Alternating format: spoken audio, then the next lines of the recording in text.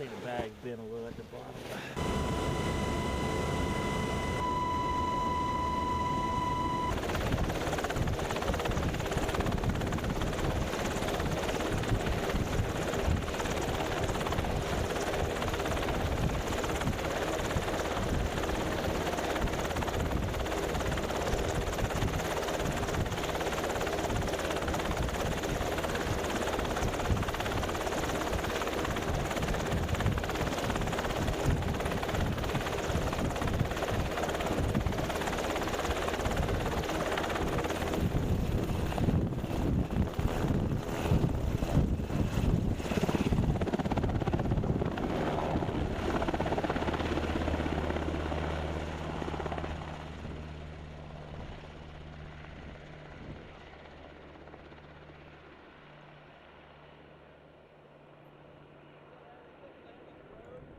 So some of the challenges, particularly, are the weather, the austere environment we're jumping into. There isn't much in the way of support if something happened. Whereas, generally speaking, when we conduct airborne operations, it's on a established installation, such as JBER, and support's really not that far away. Out here in the middle of nowhere, there's not much that we could get help with if something bad were to happen. So we had to plan for those contingencies, and planning for those contingencies took some time, for everything from medevac in case the soldier got hurt to equipment recovery if something bad happened to a piece of equipment and it broke down. So I'd say the hardest part was the logistical portion to ensure that we had the ability to deal with any situations that might arise. It's a great day to be in the Army, a great day to be in Northern Canada. Great exercise happening here called Arctic Ram.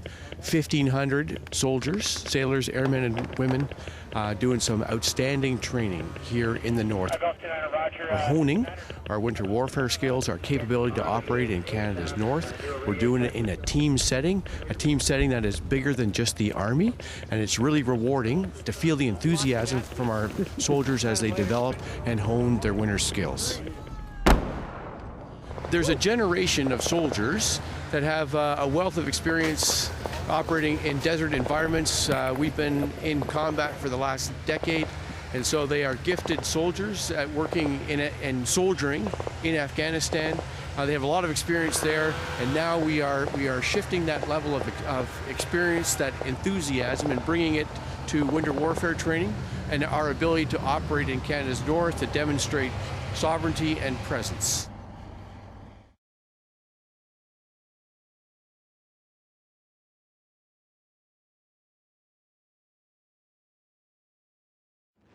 It was a stunning defensive victory for Finland.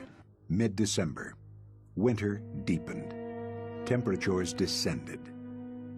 The winter of 1939 was one of the coldest in recorded history, with temperatures consistently below zero. Temperatures of -40 and 50 Celsius were not uncommon. Me taistelimme omalla maaperällä omissa olosuhteissa.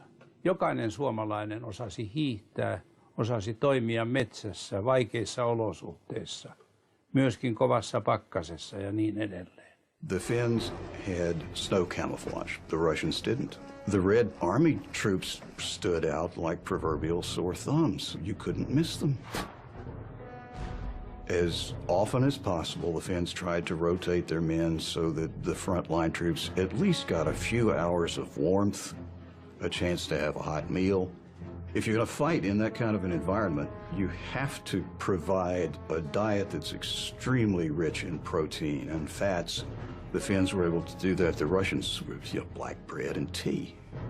At 40 below zero, a hot meal is the difference between life and death.